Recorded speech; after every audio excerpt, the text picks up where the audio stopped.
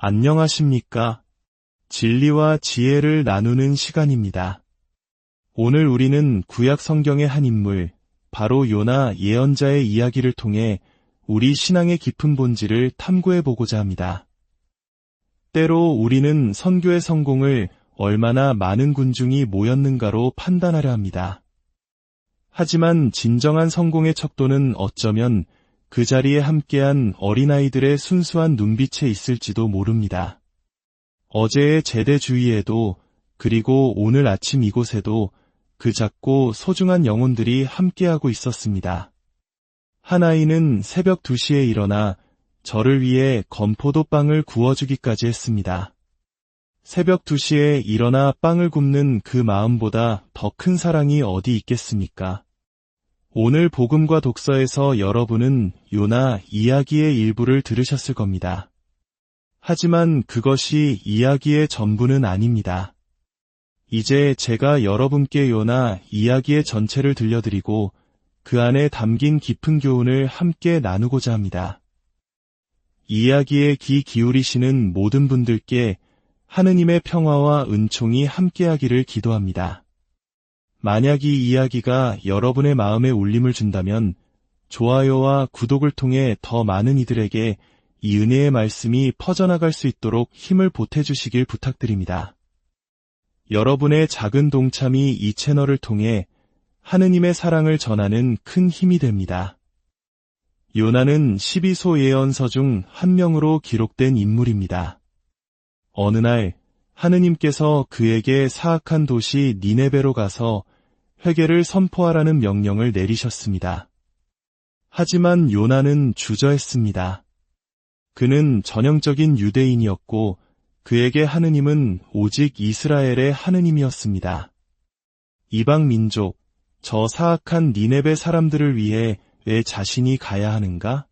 그는 하느님의 명령을 이해할 수 없었습니다. 그래서 요나는 니네베가 아닌 정반대 방향인 타르시스, 오늘날의 스페인으로 향하는 배에 올랐습니다. 하느님의 낯을 피하려 한 것입니다.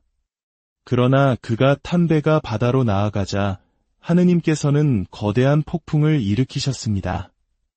성경의 요나서를 읽어보시면 불과 서너 페이지밖에 안 되는 짧은 이야기지만 하느님께서 폭풍을 일으키셨다, 하느님께서 큰 물고기를 보내셨다와 같이 하느님의 직접적인 개입을 여러 번 발견할 수 있습니다.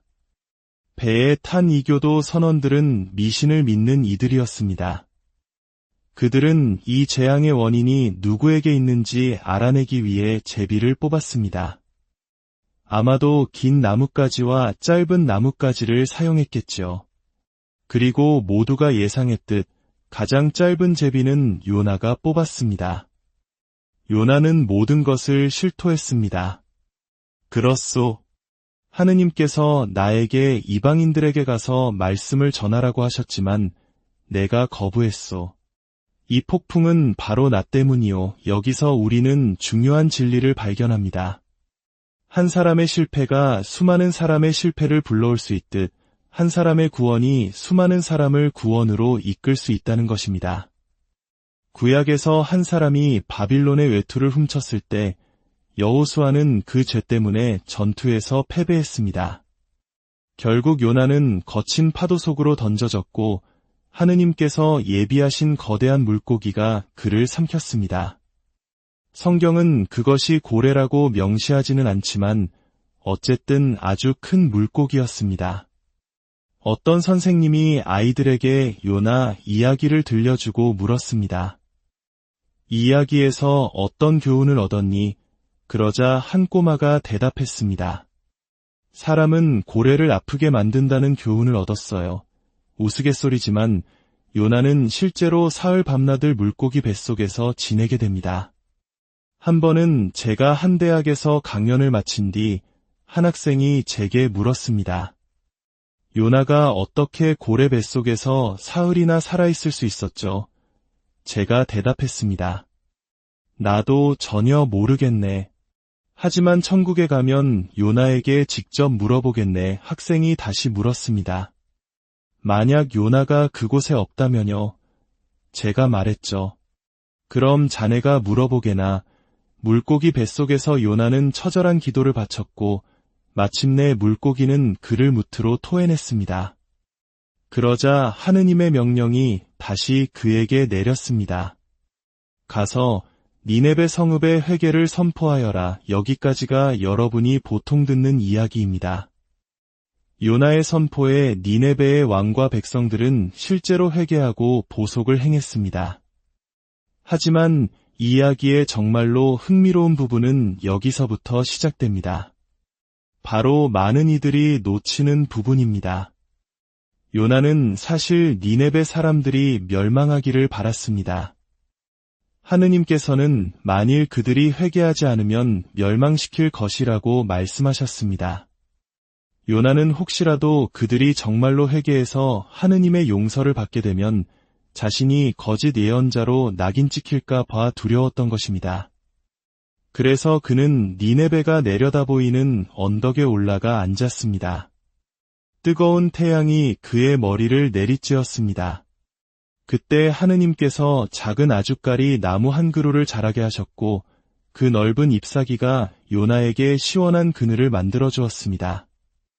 요나는 그 그늘 아래서 평화와 안락함을 느꼈습니다.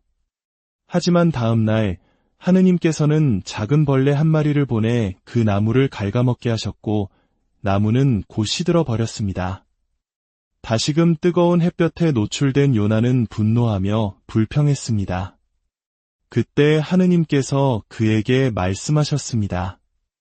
내가 가꾸지도 않은 저 식물 하나가 시들었다고 그토록 안타까워하고 화를 내느냐? 그렇다면 하물며 좌우도 분간 못하는 12만 명이나 되는 저 니네베의 사람들과 수많은 가축들을 내가 어찌 아끼지 않겠느냐? 이것이 바로 요나 이야기의 진정한 핵심입니다. 이방 민족, 세상 모든 일을 향한 하느님의 끝없는 자비와 사랑. 그리고 이 이야기는 신약 시대에 와서 우리 주 예수 그리스도를 통해 그 의미가 완전히 드러납니다. 주님께서는 이렇게 말씀하셨습니다. 요나가 사흘 밤낮을 큰 물고기 뱃속에 있었던 것처럼 사람의 아들도 사흘 밤낮을 땅속에 있을 것이다. 다시 말해 우리 주님께서 십자가에 못 박히시고 사흘 동안 무덤에 묻히셨다가 부활하신 것처럼 이미 구약시대의 요나는 물고기 뱃속에서 그만의 순환, 그만의 성금요일을 겪고 무트로 나와 새로운 생명을 얻었던 것입니다. 성경은 이것을 예표라고 부릅니다. 이는 구약의 사건이나 인물이 신약의 예수 그리스도와 그분의 구원 사역을 미리 보여주는 그림자 또는 모형과 같은 것입니다. 또 다른 예표의 예시를 들어보겠습니다. 주님께서는 니코데모에게 말씀하셨습니다. 모세가 광야에서 뱀을 들어 올린 것처럼 사람의 아들도 들어 올려져야 한다. 구약시대 이스라엘 백성이 하느님께 불순종하여 불뱀에 물려 죽어가고 있었습니다. 그때 하느님께서 모세에게 명령하셨습니다. 구리로 뱀을 만들어 기둥 위에 매달아라. 그것을 쳐다보는 이는 모두 살아날 것이다. 생각해 보십시오. 구리로 만든 뱀을 쳐다보는 행위 자체에 무슨 치유의 능력이 있었겠습니까? 그것은 그들의 믿음을 시험하는 것이었습니다. 하느님의 말씀을 믿고 순종하는가? 그리고 그 말씀대로 구리뱀을 쳐다본 모든 이들은 뱀의 독에서 치유되었습니다. 이제 주님께서 오셔서 말씀하십니다. 내가 바로 그 뱀이다. 십자가 위에 주님은 모세가 들어 올렸던 그 구리뱀의 완성입니다. 그 구리뱀이 사람들을 문 독사와 똑같이 생겼지만 그 안에는 독이 없었던 것처럼 십자가에 달리신 우리 주님 역시 죄로 가득한 인간의 죄악을 짊어지신 것처럼 보이지만 그분 안에는 어떠한 죄도 없으셨습니다. 그리고 이제 그분을 믿음으로 바라보는 모든 이는 죄라는 치명적인 독에서 치유받고 영원한 생명을 얻게 됩니다. 이것이 바로 요나 이야기의 교훈이며 우리 주님의 교훈이고 그리스도교 신앙의 핵심입니다. 우리의 삶에 죽음이 없다면, 즉 십자가가 없다면 부활도 결코 있을 수 없다는 것입니다. 그리스도인의 삶의 법칙은 살기 위해 죽어야 한다는 역설에 있습니다. 물론 여기서 말하는 죽음은 육체적인 죽음이 아닙니다. 그것은 극기와 자기 부인, 우리 삶 속에서 십자가를 기꺼이 받아들이는 것을 의미합니다. 우리 자신에 대해 죽지 않는 한 우리는 결코 주님과 함께 살 수 없습니다. 우리는 본성적으로 십자가를 피하고 싶어 합니다. 어느 날 그리스인들이 예수님을 찾아왔습니다. 성경은 그들이 무슨 말을 했는지 정확히 기록하지 않지만 우리는 주님의 대답을 통해 짐작할 수 있습니다. 아마도 그들은 이렇게 말했을 것입니다. 선생님, 이곳에 계속 계시면 저들이 당신을 죽일 겁니다. 이 땅을 떠나 지혜의 도시인 아테네로 가십시오. 그곳에 오시면 당신은 살 수 있습니다. 주님께서는 그들에게 이사야 예언서를 인용하며 나는 부활의 영광을 위해 성금요일을 겪어야 한다고 예언되었다고 말씀하실 수 없었습니다. 그들은 이해하지 못했을 것이기 때문입니다. 대신 주님께서는 자연의 비유를 들어 말씀하셨습니다. 밀알 하나가 땅에 떨어져 죽지 않으면 한 알 그대로 남고 죽으면 많은 열매를 맺는다. 그리스인들도 이해할 수 있는 명백한 진리였습니다. 기억하십시오. 그리스도교는 결코 쉬운 길이 아닙니다. 오늘날 많은 사람들이 동양 종교에 관심을 갖는 이유는 그것이 종교를 갖는다는 만족감은 주면서도 우리에게 많은 것을 요구하지 않기 때문일 수 있습니다. 하지만 그리스도교 신앙은 대가를 요구합니다. 하느님의 은총은 값싼 것이 아닙니다. 우리는 그저 편안하게 삶을 걸어서 하느님 나라에 들어갈 수 없습니다. 그렇다면 우리 삶에 다가오는 십자가들, 예를 들어 질병, 가난, 타인에게서 받는 부당함과 같은 고통을 우리는 어떻게 해야 할까요? 우리는 그것을 십자가 위에 주님과 결합시켜야 합니다. 우리의 고통을 영원한 구원을 얻기 위한 값진 대가로 사용하는 것입니다. 오래전 바오로 6세 교황님과 대화할 기회가 있었습니다. 저는 그분께 교황님께서는 정말 바오로라는 이름에 걸맞은 삶을 살고 계십니다. 사도 바오로가 여러 도시에서 돌에 맞았듯이 교황님께서는 당신의 자녀들에게서 돌을 맞고 계시니 말입니다. 라고 말씀드렸습니다. 교황님께서는 이렇게 답하셨습니다. 그렇습니다. 저는 매일 자정이 되어서야 편지를 열어봅니다. 거의 모든 편지에 가시가 들어있지요. 그리고 한두 시간 뒤 베개에 머리를 누일 때면 저는 정말로 가시관 위에 눕는 것 같습니다. 하지만 제가 이 고통을 통해 얻는 말로 다할 수 없는 기쁨을 당신에게는 설명할 수 없습니다. 그리고 교황님은 콜로새 신자들에게 보낸 서간 한 장 24절을 인용하셨습니다. 나는 그리스도의 남은 고난을 내 육신으로 채우며 그분의 몸인 교회를 위하여 그것을 받아들입니다. 즉, 교회를 위해 이 모든 고통을 기쁘게 겪는다는 것이었습니다. 이 세상의 가장 큰 비극은 헛되이 낭비되는 고통입니다. 사랑은 고통을 없애지는 못하지만 그것을 줄여줍니다. 몇 해 전 강연을 마친 후 휠체어를 탄 몇몇 분들과 이야기를 나누었습니다. 그때 벽 한쪽에 마치 하얀 그리스 조각상처럼 보이는 것이 있었습니다. 가까이 다가가 보니 철의 폐 안에 누워있는 한 여인이었습니다. 그녀는 머리 외에는 몸의 어느 부분도 움직일 수 없었습니다. 그녀는 제게 말했습니다. 저는 주교님의 책을 읽고 회개한 사람입니다. 제가 물었습니다. 자매님은 당신의 십자가를 이해하고 있습니까? 그녀는 망설임 없이 대답했습니다. 네, 그러며 저는 제 자신의 영혼을 위해 고통받는 것이 아닙니다. 저는 다른 영혼들을 구원하기 위해 고통받고 있습니다. 보십시오. 바로 여기에 죽음을 통해 다른 이들에게 생명을 주는 신비가 있습니다. 한 친구는 공산주의 감옥에서 14년을 보냈습니다. 그는 다른 죄수들에게 주님의 복음을 전했다는 이유로 끔찍한 고문을 당했습니다. 발뒤꿈치가 쇠막대로 부서지고 굶주린 쥐들이 가득한 독방에 갇히기도 했습니다. 제가 물었습니다. 그 끔찍한 순간에 무슨 생각을 했습니까? 그가 대답했습니다. 오늘 요나의 이야기를 통해 우리 삶의 모든 고통과 시련이 결코 헛되지 않음을 기억합시다. 그것은 우리가 십자가 위에 그리스도와 하나 되어 그분의 구원 사업에 동참할 수 있는 거룩한 기회입니다. 우리가 겪는 모든 자기 부인과 희생의 죽음을 통해 하느님께서는 우리 자신과 다른 이들 안에 새로운 생명, 즉 부활의 열매를 맺게 하실 것입니다. 주님의 이름으로 여러분 모두에게 평화와 은총이 안녕하십니까? 진리와 지혜를 나누는 시간입니다. 오늘 우리는 구약 성경의 한 인물, 바로 요나 예언자의 이야기를 통해 우리 신앙의 깊은 본질을 탐구해보고자 합니다. 때로 우리는 선교의 성공을 얼마나 많은 군중이 모였는가로 판단하려 합니다. 하지만 진정한 성공의 척도는 어쩌면 그 자리에 함께한 어린아이들의 순수한 눈빛에 있을지도 모릅니다. 어제의 제대 주위에도 그리고 오늘 아침 이곳에도 그 작고 소중한 영혼들이 함께하고 있었습니다.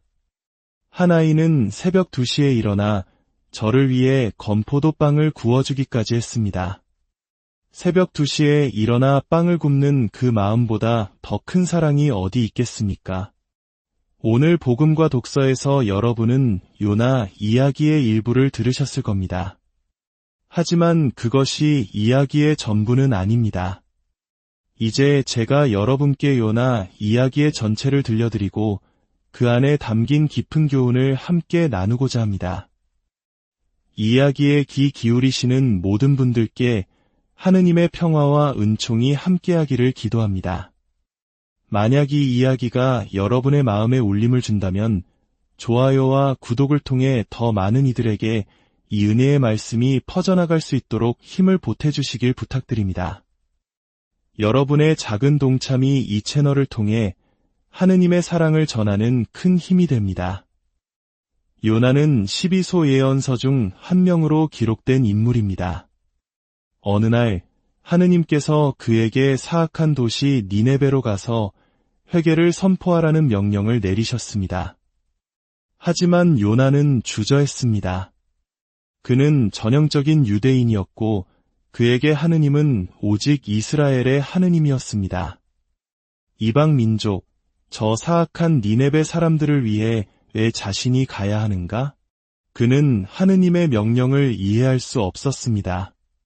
그래서 요나는 니네베가 아닌 정반대 방향인 타르시스, 오늘날의 스페인으로 향하는 배에 올랐습니다. 하느님의 낯을 피하려 한 것입니다.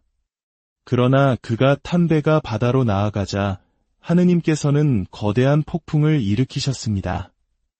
성경의 요나서를 읽어보시면 불과 서너 페이지밖에 안 되는 짧은 이야기지만 하느님께서 폭풍을 일으키셨다, 하느님께서 큰 물고기를 보내셨다와 같이 하느님의 직접적인 개입을 여러 번 발견할 수 있습니다. 배에 탄 이교도 선원들은 미신을 믿는 이들이었습니다. 그들은 이 재앙의 원인이 누구에게 있는지 알아내기 위해 제비를 뽑았습니다. 아마도 긴 나뭇가지와 짧은 나뭇가지를 사용했겠지요. 그리고 모두가 예상했듯 가장 짧은 제비는 요나가 뽑았습니다. 요나는 모든 것을 실토했습니다. 그렇소. 하느님께서 나에게 이방인들에게 가서 말씀을 전하라고 하셨지만 내가 거부했소. 이 폭풍은 바로 나 때문이요. 여기서 우리는 중요한 진리를 발견합니다. 한 사람의 실패가 수많은 사람의 실패를 불러올 수 있듯 한 사람의 구원이 수많은 사람을 구원으로 이끌 수 있다는 것입니다. 구약에서 한 사람이 바빌론의 외투를 훔쳤을 때 여호수아는 그 죄 때문에 전투에서 패배했습니다. 결국 요나는 거친 파도 속으로 던져졌고 하느님께서 예비하신 거대한 물고기가 그를 삼켰습니다. 성경은 그것이 고래라고 명시하지는 않지만 어쨌든 아주 큰 물고기였습니다. 어떤 선생님이 아이들에게 요나 이야기를 들려주고 물었습니다. 이 이야기에서 어떤 교훈을 얻었니? 그러자 한 꼬마가 대답했습니다. 사람은 고래를 아프게 만든다는 교훈을 얻었어요. 우스갯소리지만 요나는 실제로 사흘 밤낮을 물고기 뱃속에서 지내게 됩니다. 한 번은 제가 한 대학에서 강연을 마친 뒤 한 학생이 제게 물었습니다. 요나가 어떻게 고래 뱃속에서 사흘이나 살아있을 수 있었죠? 제가 대답했습니다. 나도 전혀 모르겠네. 하지만 천국에 가면 요나에게 직접 물어보겠네. 학생이 다시 물었습니다. 만약 요나가 그곳에 없다면요? 제가 말했죠. 그럼 자네가 물어보게나. 물고기 뱃속에서 요나는 처절한 기도를 바쳤고 마침내 물고기는 그를 무트로 토해냈습니다. 그러자 하느님의 명령이 다시 그에게 내렸습니다. 가서 니네베 성읍의 회개를 선포하여라. 여기까지가 여러분이 보통 듣는 이야기입니다. 요나의 선포에 니네베의 왕과 백성들은 실제로 회개하고 보속을 행했습니다. 하지만 이 이야기의 정말로 흥미로운 부분은 여기서부터 시작됩니다. 바로 많은 이들이 놓치는 부분입니다. 요나는 사실 니네베 사람들이 멸망하기를 바랐습니다. 하느님께서는 만일 그들이 회개하지 않으면 멸망시킬 것이라고 말씀하셨습니다. 요나는 혹시라도 그들이 정말로 회개해서 하느님의 용서를 받게 되면 자신이 거짓 예언자로 낙인 찍힐까 봐 두려웠던 것입니다. 그래서 그는 니네베가 내려다 보이는 언덕에 올라가 앉았습니다. 뜨거운 태양이 그의 머리를 내리쬐었습니다. 그때 하느님께서 작은 아주까리 나무 한 그루를 자라게 하셨고 그 넓은 잎사귀가 요나에게 시원한 그늘을 만들어 주었습니다. 요나는 그 그늘 아래서 평화와 안락함을 느꼈습니다. 하지만 다음 날 하느님께서는 작은 벌레 한 마리를 보내 그 나무를 갉아먹게 하셨고 나무는 곧 시들어 버렸습니다. 다시금 뜨거운 햇볕에 노출된 요나는 분노하며 불평했습니다. 그때 하느님께서 그에게 말씀하셨습니다. 내가 가꾸지도 않은 저 식물 하나가 시들었다고 그토록 안타까워하고 화를 내느냐? 그렇다면 하물며 좌우도 분간 못하는 12만 명이나 되는 저 니네베의 사람들과 수많은 가축들을 내가 어찌 아끼지 않겠느냐? 이것이 바로 요나 이야기의 진정한 핵심입니다. 이방 민족, 세상 모든 일을 향한 하느님의 끝없는 자비와 사랑. 그리고 이 이야기는 신약 시대에 와서 우리 주 예수 그리스도를 통해 그 의미가 완전히 드러납니다. 주님께서는 이렇게 말씀하셨습니다. 요나가 사흘 밤낮을 큰 물고기 뱃속에 있었던 것처럼 사람의 아들도 사흘 밤낮을 땅속에 있을 것이다. 다시 말해 우리 주님께서 십자가에 못 박히시고 사흘 동안 무덤에 묻히셨다가 부활하신 것처럼 이미 구약시대의 요나는 물고기 뱃속에서 그만의 순환, 그만의 성금요일을 겪고 무트로 나와 새로운 생명을 얻었던 것입니다. 성경은 이것을 예표라고 부릅니다. 이는 구약의 사건이나 인물이 신약의 예수 그리스도와 그분의 구원 사역을 미리 보여주는 그림자 또는 모형과 같은 것입니다. 또 다른 예표의 예시를 들어보겠습니다. 주님께서는 니코데모에게 말씀하셨습니다. 모세가 광야에서 뱀을 들어 올린 것처럼 사람의 아들도 들어 올려져야 한다. 구약시대 이스라엘 백성이 하느님께 불순종하여 불뱀에 물려 죽어가고 있었습니다. 그때 하느님께서 모세에게 명령하셨습니다. 구리로 뱀을 만들어 기둥 위에 매달아라. 그것을 쳐다보는 이는 모두 살아날 것이다. 생각해 보십시오. 구리로 만든 뱀을 쳐다보는 행위 자체에 무슨 치유의 능력이 있었겠습니까? 그것은 그들의 믿음을 시험하는 것이었습니다. 하느님의 말씀을 믿고 순종하는가? 그리고 그 말씀대로 구리뱀을 쳐다본 모든 이들은 뱀의 독에서 치유되었습니다. 이제 주님께서 오셔서 말씀하십니다. 내가 바로 그 뱀이다. 십자가 위에 주님은 모세가 들어 올렸던 그 구리뱀의 완성입니다. 그 구리뱀이 사람들을 문 독사와 똑같이 생겼지만 그 안에는 독이 없었던 것처럼 십자가에 달리신 우리 주님 역시 죄로 가득한 인간의 죄악을 짊어지신 것처럼 보이지만 그분 안에는 어떠한 죄도 없으셨습니다. 그리고 이제 그분을 믿음으로 바라보는 모든 이는 죄라는 치명적인 독에서 치유받고 영원한 생명을 얻게 됩니다. 이것이 바로 요나 이야기의 교훈이며 우리 주님의 교훈이고 그리스도교 신앙의 핵심입니다. 우리의 삶에 죽음이 없다면, 즉 십자가가 없다면 부활도 결코 있을 수 없다는 것입니다. 그리스도인의 삶의 법칙은 살기 위해 죽어야 한다는 역설에 있습니다. 물론 여기서 말하는 죽음은 육체적인 죽음이 아닙니다. 그것은 극기와 자기 부인, 우리 삶 속에서 십자가를 기꺼이 받아들이는 것을 의미합니다. 우리 자신에 대해 죽지 않는 한 우리는 결코 주님과 함께 살 수 없습니다. 우리는 본성적으로 십자가를 피하고 싶어 합니다. 어느 날 그리스인들이 예수님을 찾아왔습니다. 성경은 그들이 무슨 말을 했는지 정확히 기록하지 않지만 우리는 주님의 대답을 통해 짐작할 수 있습니다. 아마도 그들은 이렇게 말했을 것입니다.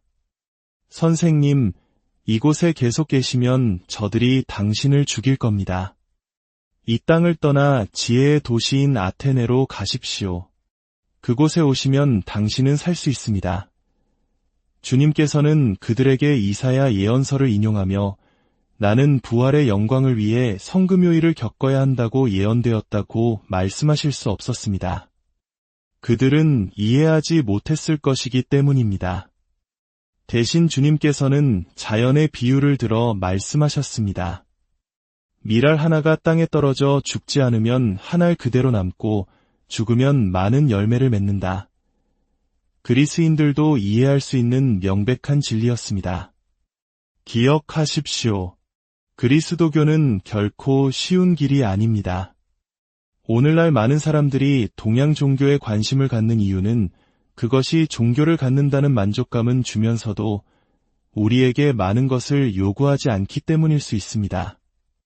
하지만 그리스도교 신앙은 대가를 요구합니다. 하느님의 은총은 값싼 것이 아닙니다. 우리는 그저 편안하게 삶을 걸어서 하느님 나라에 들어갈 수 없습니다. 그렇다면 우리 삶에 다가오는 십자가들, 예를 들어 질병, 가난, 타인에게서 받는 부당함과 같은 고통을 우리는 어떻게 해야 할까요? 우리는 그것을 십자가 위에 주님과 결합시켜야 합니다.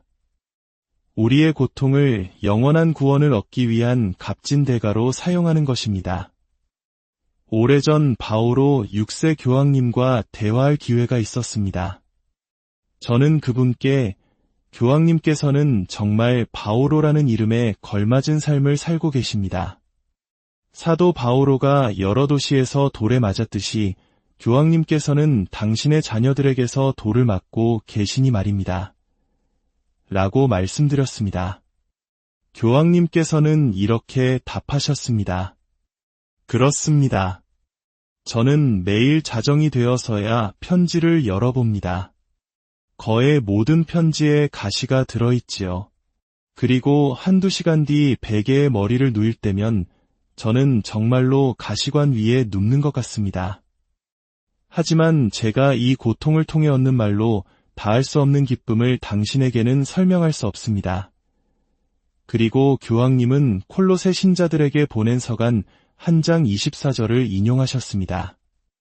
나는 그리스도의 남은 고난을 내 육신으로 채우며 그분의 몸인 교회를 위하여 그것을 받아들입니다. 즉, 교회를 위해 이 모든 고통을 기쁘게 겪는다는 것이었습니다. 이 세상의 가장 큰 비극은 헛되이 낭비되는 고통입니다. 사랑은 고통을 없애지는 못하지만 그것을 줄여줍니다. 몇 해 전 강연을 마친 후 휠체어를 탄 몇몇 분들과 이야기를 나누었습니다. 그때 벽 한쪽에 마치 하얀 그리스 조각상처럼 보이는 것이 있었습니다. 가까이 다가가 보니 철의 폐 안에 누워있는 한 여인이었습니다. 그녀는 머리 외에는 몸의 어느 부분도 움직일 수 없었습니다. 그녀는 제게 말했습니다. 저는 주교님의 책을 읽고 회개한 사람입니다. 제가 물었습니다. 자매님은 당신의 십자가를 이해하고 있습니까? 그녀는 망설임 없이 대답했습니다. 네, 그러며 저는 제 자신의 영혼을 위해 고통받는 것이 아닙니다. 저는 다른 영혼들을 구원하기 위해 고통받고 있습니다. 보십시오. 바로 여기에 죽음을 통해 다른 이들에게 생명을 주는 신비가 있습니다. 한 친구는 공산주의 감옥에서 14년을 보냈습니다. 그는 다른 죄수들에게 주님의 복음을 전했다는 이유로 끔찍한 고문을 당했습니다. 발뒤꿈치가 쇠막대로 부서지고 굶주린 쥐들이 가득한 독방에 갇히기도 했습니다. 제가 물었습니다. 그 끔찍한 순간에 무슨 생각을 했습니까? 그가 대답했습니다. 오늘 요나의 이야기를 통해 우리 삶의 모든 고통과 시련이 결코 헛되지 않음을 기억합시다.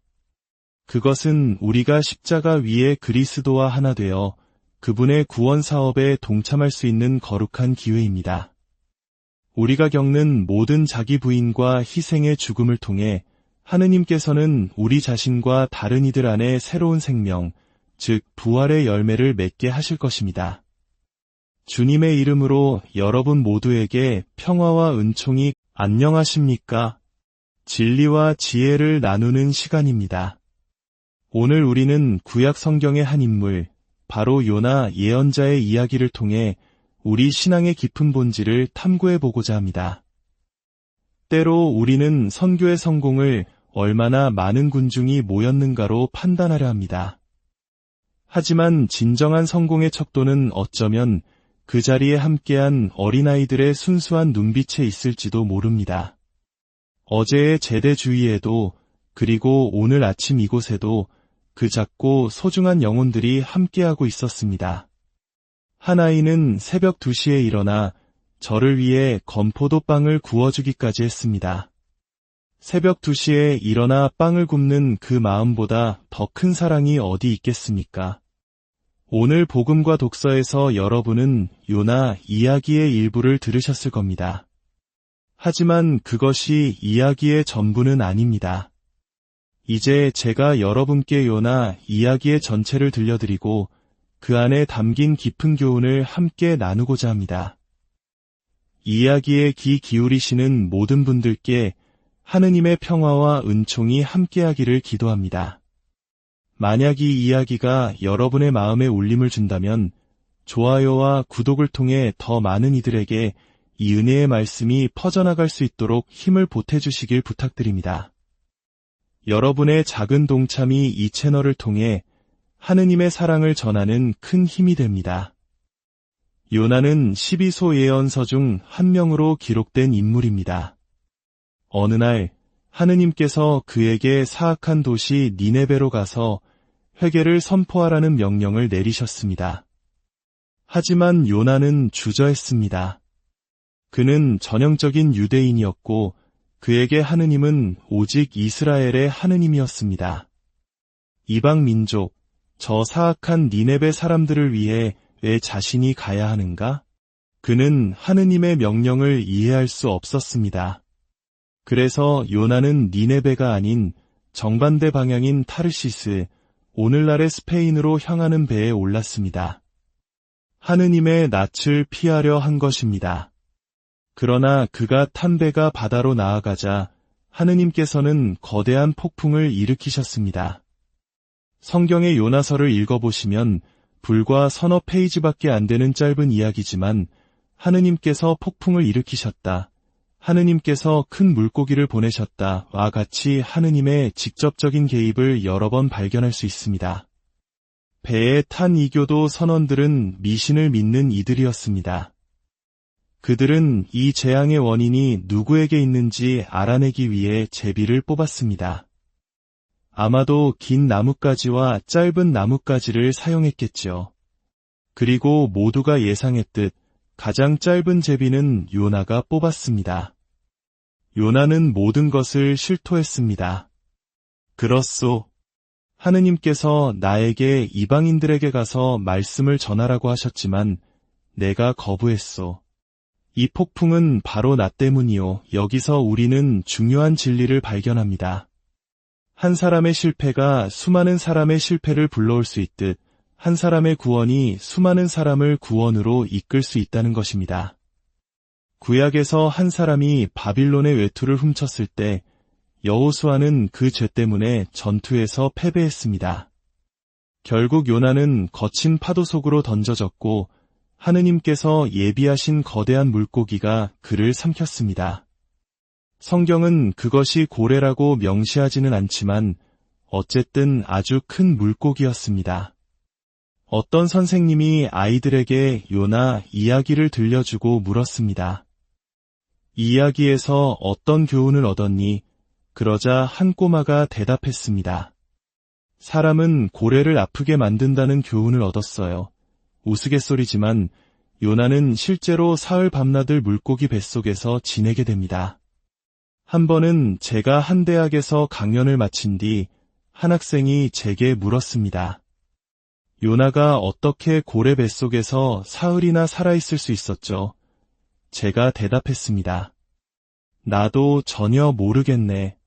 하지만 천국에 가면 요나에게 직접 물어보겠네. 학생이 다시 물었습니다. 만약 요나가 그곳에 없다면요? 제가 말했죠. 그럼 자네가 물어보게나. 물고기 뱃속에서 요나는 처절한 기도를 바쳤고 마침내 물고기는 그를 무트로 토해냈습니다. 그러자 하느님의 명령이 다시 그에게 내렸습니다. 가서 니네베 성읍의 회개를 선포하여라. 여기까지가 여러분이 보통 듣는 이야기입니다. 요나의 선포에 니네베의 왕과 백성들은 실제로 회개하고 보속을 행했습니다. 하지만 이 이야기의 정말로 흥미로운 부분은 여기서부터 시작됩니다. 바로 많은 이들이 놓치는 부분입니다. 요나는 사실 니네베 사람들이 멸망하기를 바랐습니다. 하느님께서는 만일 그들이 회개하지 않으면 멸망시킬 것이라고 말씀하셨습니다. 요나는 혹시라도 그들이 정말로 회개해서 하느님의 용서를 받게 되면 자신이 거짓 예언자로 낙인 찍힐까 봐 두려웠던 것입니다. 그래서 그는 니네베가 내려다 보이는 언덕에 올라가 앉았습니다. 뜨거운 태양이 그의 머리를 내리쬐었습니다. 그때 하느님께서 작은 아주까리 나무 한 그루를 자라게 하셨고 그 넓은 잎사귀가 요나에게 시원한 그늘을 만들어 주었습니다. 요나는 그 그늘 아래서 평화와 안락함을 느꼈습니다. 하지만 다음 날 하느님께서는 작은 벌레 한 마리를 보내 그 나무를 갉아먹게 하셨고 나무는 곧 시들어 버렸습니다. 다시금 뜨거운 햇볕에 노출된 요나는 분노하며 불평했습니다. 그때 하느님께서 그에게 말씀하셨습니다.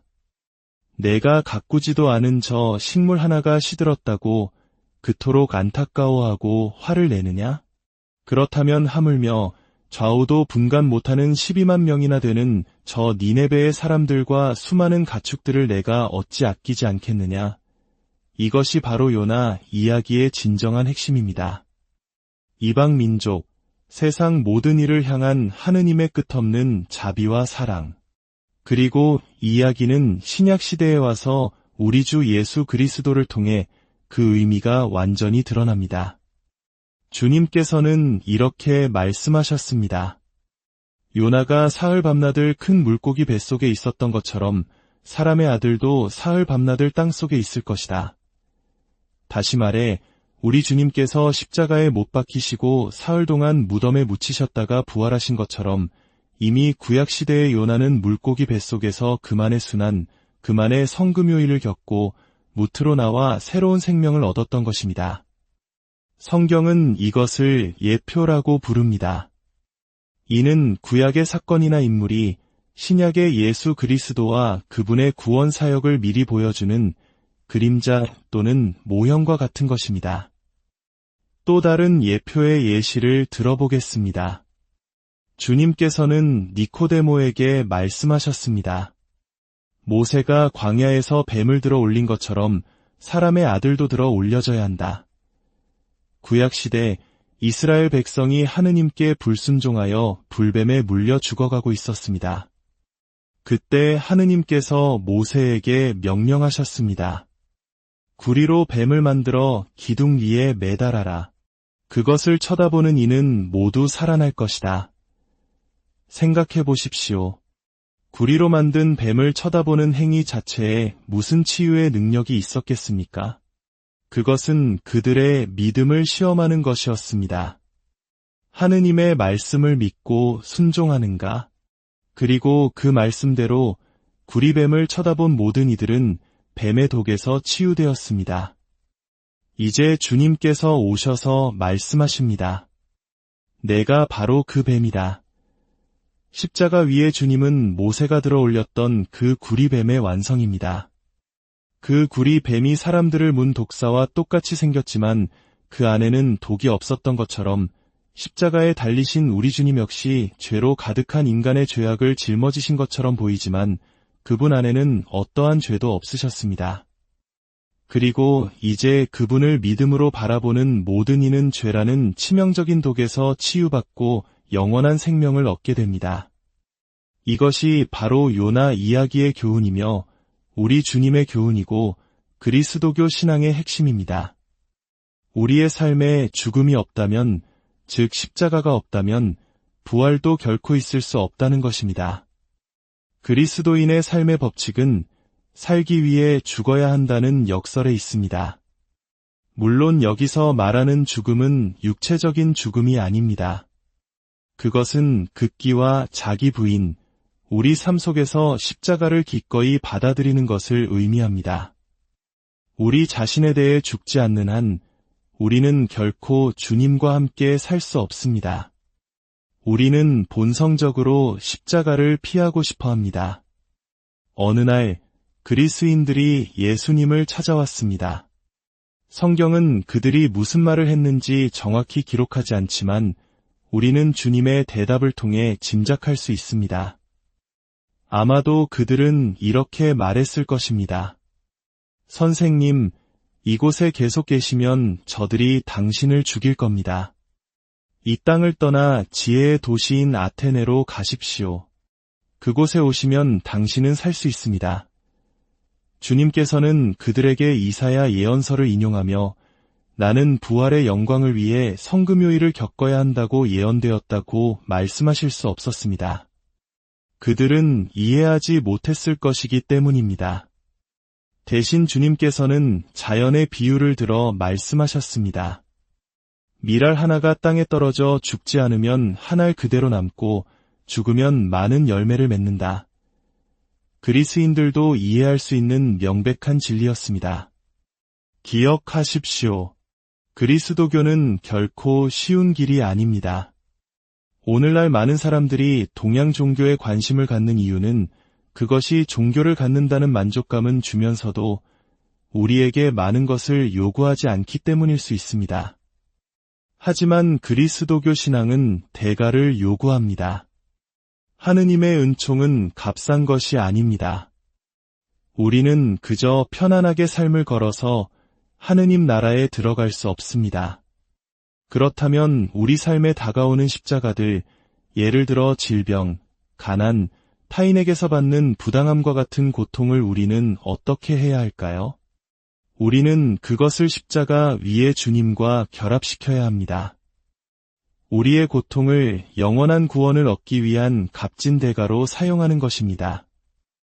오래전 바오로 6세 교황님과 대화할 기회가 있었습니다. 저는 그분께 교황님께서는 정말 바오로라는 이름에 걸맞은 삶을 살고 계십니다. 사도 바오로가 여러 도시에서 돌에 맞았듯이 교황님께서는 당신의 자녀들에게서 돌을 맞고 계시니 말입니다. 라고 말씀드렸습니다. 교황님께서는 이렇게 답하셨습니다. 그렇습니다. 저는 매일 자정이 되어서야 편지를 열어봅니다. 거의 모든 편지에 가시가 들어있지요. 그리고 한두 시간 뒤 베개에 머리를 누일 때면 저는 정말로 가시관 위에 눕는 것 같습니다.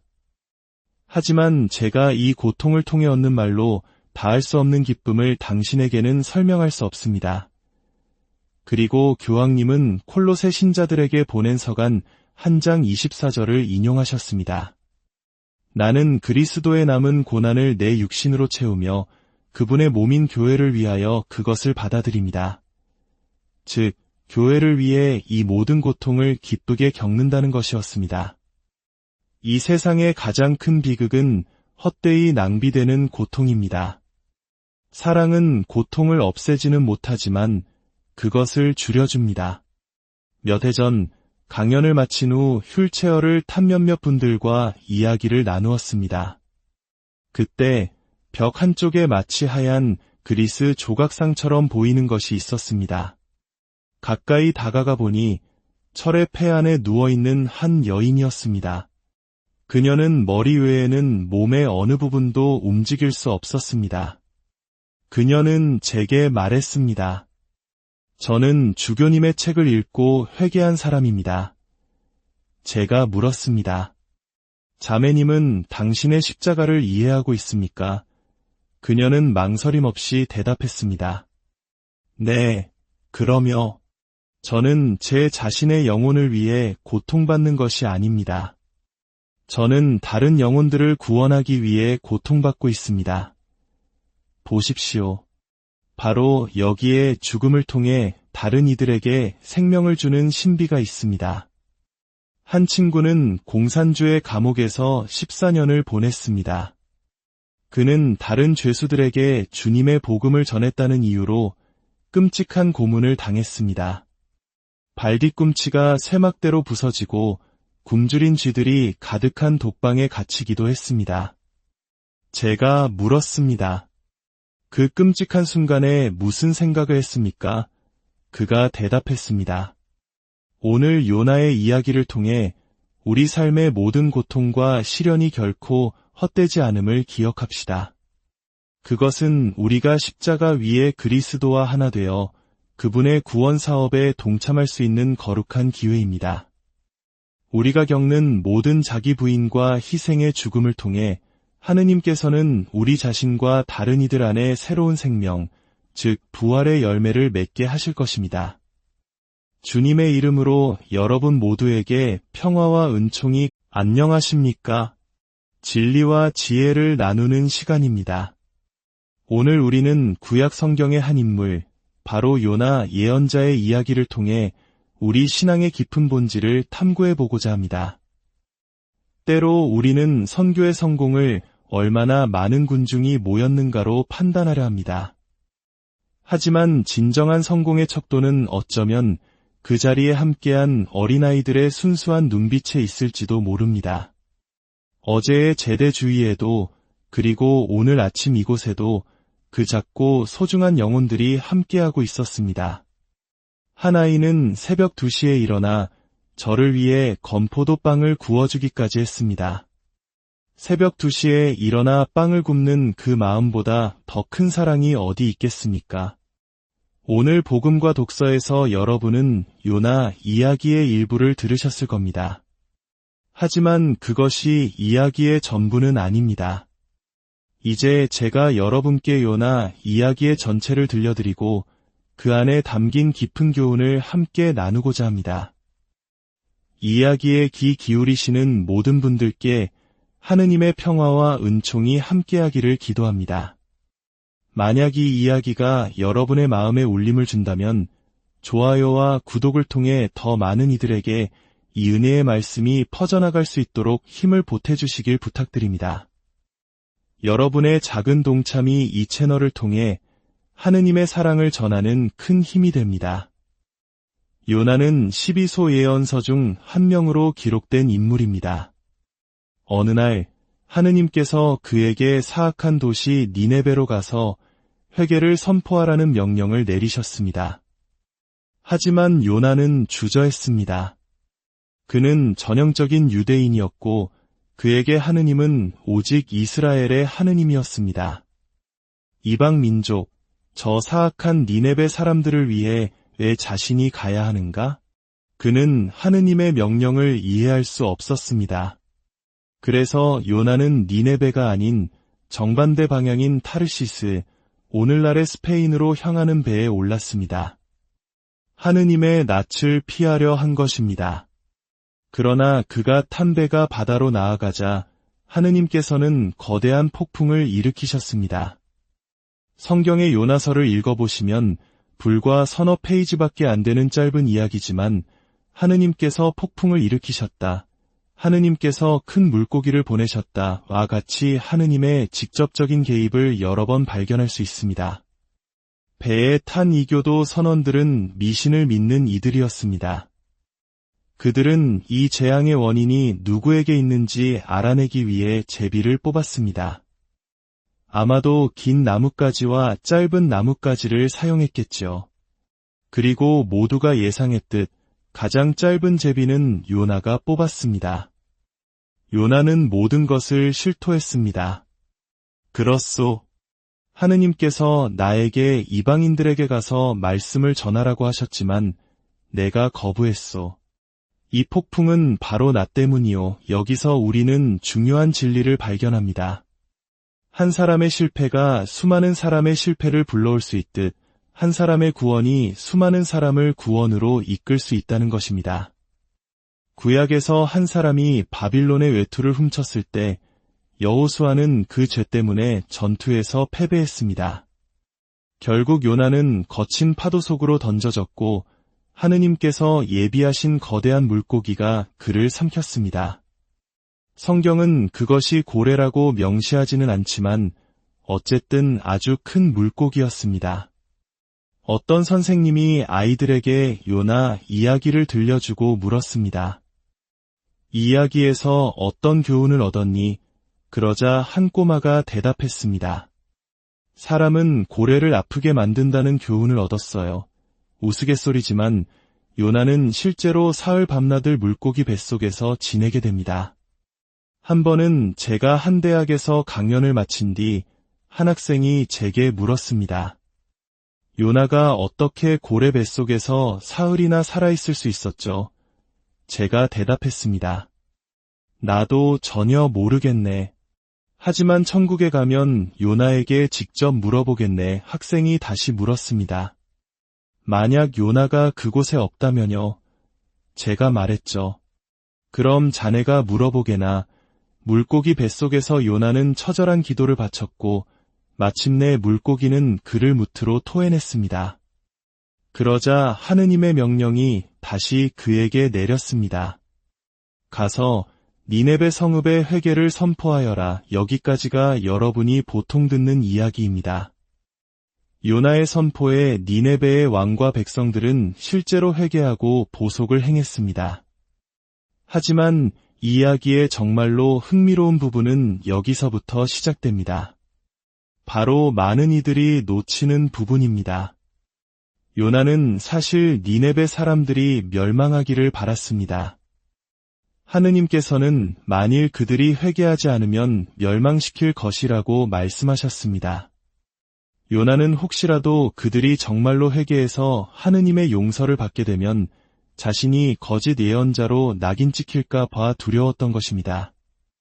그래서 그는 니네베가 내려다 보이는 언덕에 올라가 앉았습니다. 뜨거운 태양이 그의 머리를 내리쬐었습니다. 그때 하느님께서 작은 아주까리 나무 한 그루를 자라게 하셨고 그 넓은 잎사귀가 요나에게 시원한 그늘을 만들어 주었습니다.